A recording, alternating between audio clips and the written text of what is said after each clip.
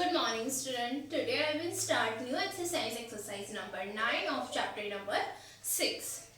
Question first is circle the number divisible by 2.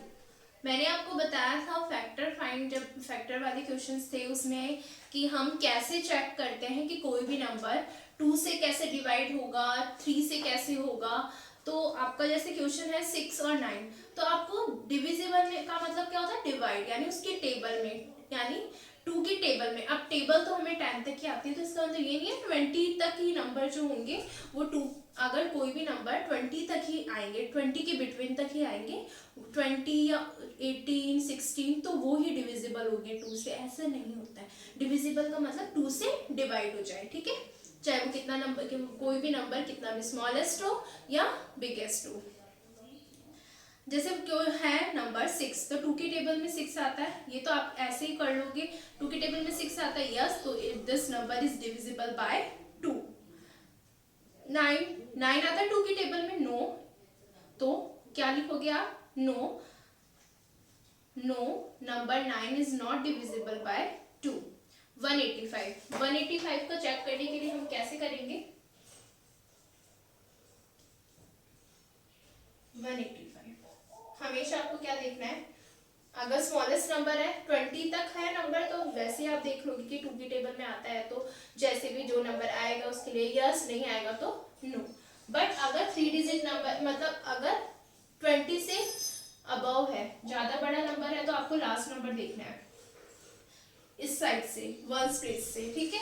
अगर last number ऐसा number होता है जो 2 की टेबल में आता है, 2 की टेबल से मतलब अगर लास्ट नंबर 0 है, एक तो आपको ध्यान रखना 2 की टेबल में, 2 की टेबल का मतलब यहाँ पे अगर 2 हो, 4 हो, 6 हो, 8 हो, तो वो 2 की टेबल से डिवाइड हो जाएगा, वो पूरा नंबर 2 की टेबल से डिवाइड हो जाएगा, लास्ट नंबर के अकॉर्डिंग ही हम देखते हैं। बट इसके अलावा यहाँ पे एक और चीज है, अगर कोई कितना भी बड़ा नंबर हो एंड उसका लास्ट नंबर 0 होगा, तो भी वो 2 से डिविजिबल होगा। तो क्या समझ में आया, 2 का चेक करने के लिए लास्ट डिजिट देखेंगे। लास्ट डिजिट अगर ऐसा नंबर हो कि वो 2 की टेबल्स में आता है, तो वो पूरा नंबर 2 से डिविजिबल होगा, और इसके अलावा 0 अगर लास्ट में होगा तो भी वो डिविजिबल होगा। इसके अलावा जैसे यहाँ नंबर 5 है, नंबर 5 है, तो 5 2 की टेबल में आता है नहीं, तो 185 डिविजिबल होगा 2 से, नो, नहीं होगा, ठीक है। एक और एग्जांपल मैं बता देती हूँ, जैसे 1336 जो यहाँ पे है, 1336, यहाँ पे नंबर, लास्ट नंबर देखेंगे 6, 2 की टेबल में आता है 6, यस, तो ये पूरा नंबर डिविजिबल हो जाएगा 2 से, हमें पूरा डिवाइड करके देखने की जरूरत नहीं है। ऐसे यहाँ पे 6330, यहाँ का लास्ट नंबर क्या है, 3 है, जो 2 की टेबल में नहीं आता, तो ये डिविजिबल नहीं होगा 2 से, ठीक है। नेक्स्ट जो सेकंड क्वेश्चन है उसमें हमें देखना है, सर्कल करना है ऐसे नंबर पर जो circle the number divisible by 5, जो 5 के टेबल में से डिविजिबल हो। 56 इस 5 का देखने चेक करने के लिए हम उसके लिए भी हम लास्ट डिजिट देखते हैं। लास्ट डिजिट अगर 0 होती है 5 की टेबल में, क्या होना चाहिए, कब वो डिविजिबल होगा कोई भी नंबर 5 से, अगर लास्ट डिजिट 0 हो, इसके अलावा 5 हो, या तो 0 होना चाहिए या 5 होना चाहिए, तो वो डिविजिबल होगा। यहाँ पे 6 है, तो 6 नो, 0 और 5 में से नहीं है, तो ये सर्कल नहीं होगा। अब यहाँ पे जैसे 55 लास्ट नंबर 5 है, यस, तो ये सर्कल हो जाएगा। 70 लास्ट डिजिट 0 है, यस, ये भी सर्कल हो जाएगा। इसके अलावा 2600, यस, इसकी भी लास्ट डिजिट 0 है, तो सर्कल होगा। 858 8 है, तो वो नहीं होगा। 136 ये भी सर्कल नहीं होगा। 5 का देखने के लिए भी लास्ट नंबर ही देखेंगे, लास्ट नंबर अगर 5 होता है या 0 होता है, तो वो 5 से डिविजिबल होगा। Next third question, circle the numbers divisible by 10। ऐसे नंबर पर सर्कल करना है जो डिविजिबल किससे हो, 10 से हो।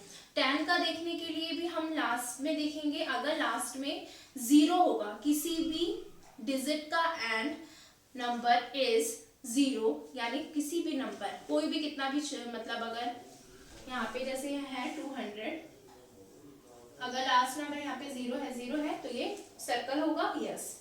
501 लास्ट नंबर 1 है तो ये सर्कल नहीं होगा, 0 होना चाहिए, 10 के लिए 0 होना चाहिए, ये भी सर्कल नहीं होगा। जिसके एंड में 0 आए, ठीक है, वो 10 से डिवाइड हो जाता है। Question 4, check whether the following numbers are divisible by 3।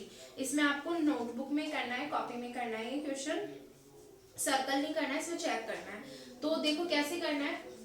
Fourth का मैं बता देती हूँ, फोर्थ का ए मैंने आपको पहले भी बताया था। 3 का अगर हमें चेक करना होता है, कोई भी नंबर अगर 3 से डिविजिबल होगा या नहीं होगा, उसको चेक करने के लिए हम देखते हैं 29। तो आप देख लोगे 29 3 की टेबल में आता है क्या, नहीं, 3 9 से 27 होता है, फिर 3 10 से क्या होता है 30 होता है। इसके अलावा आप इसको और कैसे भी देख सकते हो, सॉल्यूशन जब आप करोगे दोनों नंबर को प्लस करते हैं, 2 + 9 सम ऑफ बोथ नंबर, ये भी आप चीज आपको लिखना है, सम ऑफ बोथ नंबर इक्वल 2 + 9 कितना हो गया, 2 और 9 11। और प्लस को देखना है, ये नंबर प्लस वाला आंसर, प्लस वाला नंबर अगर 3 की टेबल में आता है तो वो नंबर डिविजिबल होगा 3 से, अदरवाइज नहीं। 2 और 9 को प्लस किया 11 आता है 3 की टेबल में नहीं, so 11 is not to come. आप लिख दोगे line 11, number 11 is not comes to table of 3 की टेबल में नहीं आता, तो इसलिए so this number 29 will not be divisible by 3। 63 का चेक करने के लिए मैं एक बार और बड़ा नंबर ले लेती हूँ आपके लिए, 1300 ई वाला 374। तो क्या करेंगे चेक करने के लिए इसको, सम ऑफ दीज नंबर, सबको प्लस कर दो जो भी नंबर है, 1 और 3 4 और 7 11 और 4 15। अब आप देखो ये जो प्लस का आंसर है वो 3 की टेबल में आता है क्या, आता है 15, तो यस ये नंबर डिविजिबल हो जाएगा 1374 डिविजिबल बाय 3। आपको लिखना पड़ेगा लेकिन ये 15, yes 15 is divisible by 3, so the number 1374 is divisible by 3. Fifth है, check if the number is divisible by 9. Listen class, मैं इसका बता देती हूँ। 5th students, इसका चेक करने के लिए भी आपको डिजिट को प्लस ही करना है, 1 + 8 + 9, 9 का देखने के लिए 1 और 8 9 और 9 18। अगर इसका प्लस का आंसर 9 की टेबल में आता है तो ये नंबर डिविजिबल हो जाएगा 8 से। 18 आता है 9 की टेबल में, यस, तो ये नंबर हो जाएगा डिविजिबल 9 से। और कितना भी बढ़ाओ 3258 तो सब नंबर को प्लस करो, 3 + 2 + 5 + 8 3 2 5 5 और 5 10 और ये 18, ये भी आता है 9 की टेबल में, तो ये पूरा नंबर भी डिविजिबल होगा 9 से। तो कैसे हुआ, 2 की टेबल के लिए हमें देखना होता है, 2 से डिविजिबल के लिए देखना होता है लास्ट नंबर अगर 0 होता है या ऐसा नंबर जो 2 की टेबल में आता है तो वो डिवाइड हो जाएगा 2 से। 5 का देखने के लिए लास्ट नंबर 5 होना चाहिए या 0 होना चाहिए। 10 का देखने के लिए 10 से डिविजिबल होगा या नहीं, उसके लिए आपको देखना है कि लास्ट नंबर 0 होना चाहिए। इसके अलावा 3 का देखने के लिए 3 और 9 का चेक करने के लिए दोनों डिजिट को प्लस करना है, और अगर 3 की टेबल में वो नंबर आता है प्लस का आंसर तो वो 3 से डिविजिबल होगा। 9 में देखने के लिए 9 की टेबल में वो नंबर आना चाहिए प्लस वाला आंसर, ठीक है। अब आपका जो नेक्स्ट क्वेश्चन है 6, write 2 numbers which are divisible by 3। ऐसे 2 नंबर बताने जो 3 से डिविजिबल हो। आपको ऐसे नहीं कि 3 की टेबल में जो नंबर आते हैं वही लिख दिया आपने, थोड़े बड़े नंबर भी देखना है, ठीक है। ऐसे कोई भी 2 एग्जाम्पल बताने जो 3 से डिविजिबल हो। इसके अलावा ऐसे 2 एग्जाम्पल जो 5 से डिविजिबल हो कोई भी। और 8th है, right down all prime numbers less than 45। Prime numbers में अगेन रिपीट कर देती हूँ, ऐसे नंबर प्राइम नंबर्स होते हैं जो सिर्फ अपनी ही टेबल में आता है, जो और किसी की टेबल में नहीं आता है। 7 हो गया, 13 हो गया, 29 हो गया, ये सब क्या है, प्राइम नंबर्स है, ठीक है। और भी मैंने एग्जाम्पल के लिए अब इतने ही बताया। तो आपको ऐसे प्राइम नंबर्स बताने जो 45 से कम हो, यानी यहाँ पे प्राइम नंबर कौन सा गया, 2 हो गया, 3 5 7 11 13 17, मतलब 45 से जो भी कम होंगे ना वो सारे लिख देना, ठीक है। नेक्स्ट है 9th, write down all composite numbers between 30 to 70। ये मैंने आपको बताया नहीं था, कॉम्पोसाइट नंबर बता देती हूँ मैं। कॉम्पोसाइट नंबर वो नंबर होते हैं, प्राइम नंबर समझ में आ गया आई होप सो। कॉम्पोसाइट नंबर वो नंबर्स होते हैं जो प्राइम नंबर्स के अलावा जो नंबर होता है, प्राइम नंबर जो सिर्फ अपनी टेबल में आता है, कॉम्पोसाइट नंबर जो दूसरों की टेबल में भी आता है। जैसे 9 आता है, 3 की टेबल में भी आता है, 9 की टेबल में भी आता है। इसके अलावा 16 यस आता है, 16 नंबर। 25 ये भी आते हैं, 5 की टेबल में आता है। इसके अलावा 25 ऐसा कोई नंबर जो अपनी टेबल के अलावा किसी और की टेबल में भी आता है, वो होता है कॉम्पोसाइट नंबर। तो आपको 30 से 70 के बिटवीन इसमें लिखना है कि कौन से कॉम्पोसाइट नंबर है। 30 के बाद कौन सा आता है, 32 आता है, बिल्कुल 32 और किसी की टेबल में भी आता है। 34 भी आता है टू अदर टेबल में। तो इस तरीके से आपको 70 तक, 30 और 70 के बीच में लिखना है वो नंबर। नेक्स्ट है which of the following numbers are prime and which are composite. कौन से प्राइम और कौन से कॉम्पोसाइट है वो आपको देखना है। 78 कॉम्पोसाइट है, 79 प्राइम नंबर है, 95 कॉम्पोसाइट, 102 कॉम्पोसाइट, 109 ये है प्राइम, 120 कॉम्पोसाइट, 121 प्राइम। नेक्स्ट है what is the smallest even prime number. Smallest even prime number कौन सा होगा, सबसे छोटा इवन प्राइम नंबर। इवन का मतलब कौन सा होता है, जो 2 की टेबल में आता है। इवन नंबर जो 2 की टेबल में आता है, ऑड नंबर जो 2 की टेबल में नहीं आते। तो इवन प्राइम नंबर कौन सा होगा, जो 2 की टेबल में भी आता है और प्राइम नंबर भी है। इवन का मतलब जो 2 की टेबल में आता है, प्राइम नंबर का मतलब पता है ये जो सिर्फ अपनी टेबल में आता है। 2 की टेबल में मतलब 2 सबसे छोटा 2 इवन प्राइम नंबर हो जाएगा, क्योंकि वो 2 की टेबल में भी आएगा 2, उसके अलावा वो प्राइम नंबर भी है, यानी किसी और की टेबल में नहीं आता है।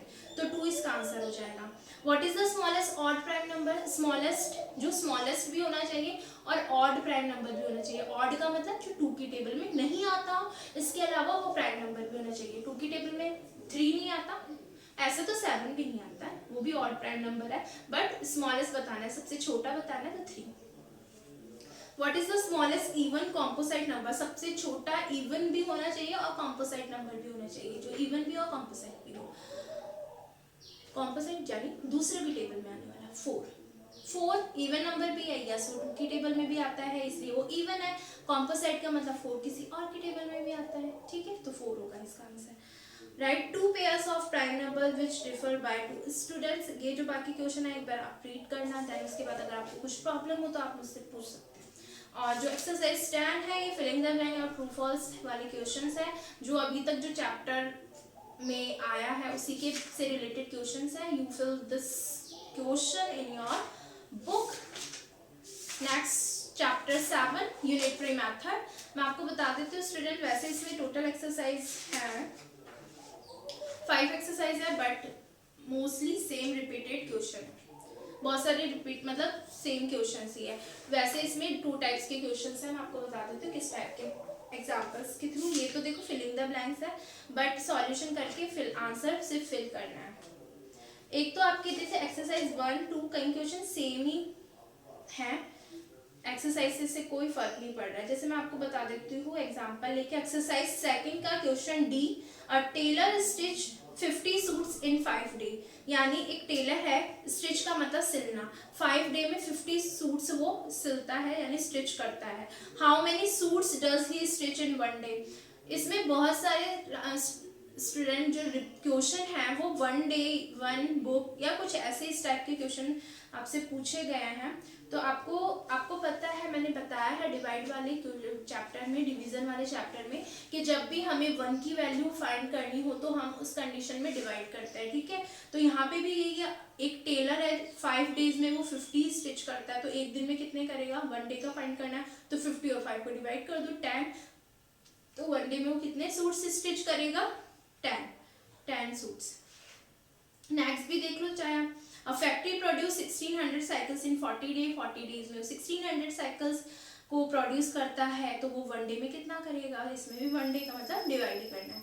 लास्ट नेक्स्ट भी जो क्वेश्चंस देख लो उनमें भी सब में 1 की वैल्यू फाइंड करनी है। बाकी आप एक्सरसाइज 1 में भी देख लेना, उनमें 1 की वैल्यू फाइंड करनी है। तो जिसमें भी 1 की वैल्यू फाइंड करनी हो उसमें क्या करते हैं, डिवाइड करते हैं।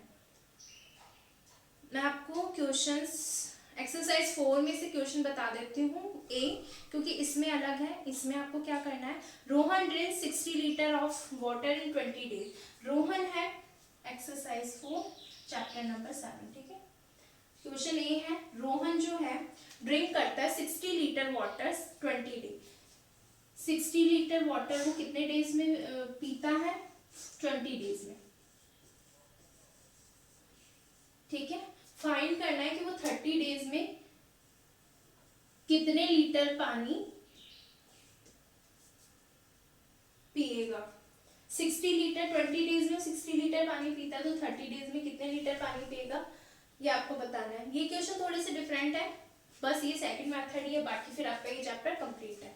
एक कुछ क्वेश्चंस ऐसे हैं जिसमें 1 डे 1 बनाना 1 समथिंग कुछ भी चीज़ है 1 की वैल्यू फाइंड करनी है, 1 की फाइंड करनी है, डिवाइड करना है। ये क्वेश्चन अलग है, मैं आपको बता देती हूँ कैसे करना है। जिसमें आपको क्या है 60 लीटर 20 डेज में, ये ऐसे हो गया। आपको और ज्यादा नंबर की फाइंड करनी है, ये 30 डेज का बताना है, जबकि क्वेश्चन में 20 डेज का गिवन है, तो आपको ज्यादा का बताना है कि वो 30 डेज में कितना वाटर ड्रिंक करेगा। ऐसे क्वेश्चन में आपको क्या करना है, 1 की वैल्यू फाइंड करो। पहले सबसे पहले 1 की वैल्यू फाइंड करो। 1 का मतलब 1 डे में वो कितना पानी पीता है। 20 डेज 30 डेज से पहले एक बार जो भी क्वेश्चन में उसको एक बार छोड़ देते हैं। 1 डे में वो कितने लीटर पानी ड्रिंक करेगा वो फाइंड करेंगे हम। 1 डे में वो पानी कितना ड्रिंक करेगा, 60 लीटर 20 डेज में 60 लीटर वो पानी कितने डेज में पीता है, 20 डेज में। तो 1 डे में कितना पिएगा, तो डिवाइड कर देंगे दोनों को, ठीक है। तो क्या आ जाएगा, यहाँ पे डिवाइड करेंगे तो 3 डेज। आप डिवाइड करके देख लेना, 3 डेज, सॉरी 3 लीटर, लीटर बताना, ये डेज नहीं है लीटर। 3 लीटर पानी पिएगा एक दिन में। वो कितना पानी पिएगा, 3 लीटर। आपको कितने का बताना है, 30। अगर आपको ये चीज पता है, आपके पास 1 की वैल्यू गिवन होती है, 1 की अगर वैल्यू है आपके पास और आपको कितने भी नंबर की वैल्यू फाइंड करनी है, तो आप इजीली निकाल लोगे। तो 1 डे में वो 3 लीटर पानी पीता है, तो 30 डेज में ज्यादा दिन का निकालना है, तो क्या करोगे, मल्टीप्लाई। तो 3 मल्टीप्लाई 30, तो कितने डेज कितने लीटर पानी पिएगा वो, 90 लीटर। 30 डेज में कितने लीटर पानी पिएगा, 90 लीटर। मैं और बता देती हूँ एक बार आपको। क्वेश्चन भी है, a factory produce 2000 shirts in 2 days. एक फैक्ट्री है 2 डेज में 2000 शर्ट्स बनाती है। 2 डेज में वो कितनी शर्ट्स बनाती है, 2000, ठीक है। 1 डे का फाइंड करना है सबसे पहले, कोई भी चीज हो 1 डे का निकाल लो। 2000 को हम डिवाइड करेंगे 2 से, तो एक दिन में वो कितनी शर्ट्स बनाएगा, 1000 शर्ट्स बनाएगा, ठीक है। अब 1 डे का आ गया, तो आप 50 डेज का आराम से कैसे करोगे, ज्यादा का निकालना होता है आंसर, तो मल्टीप्लाई करते हो।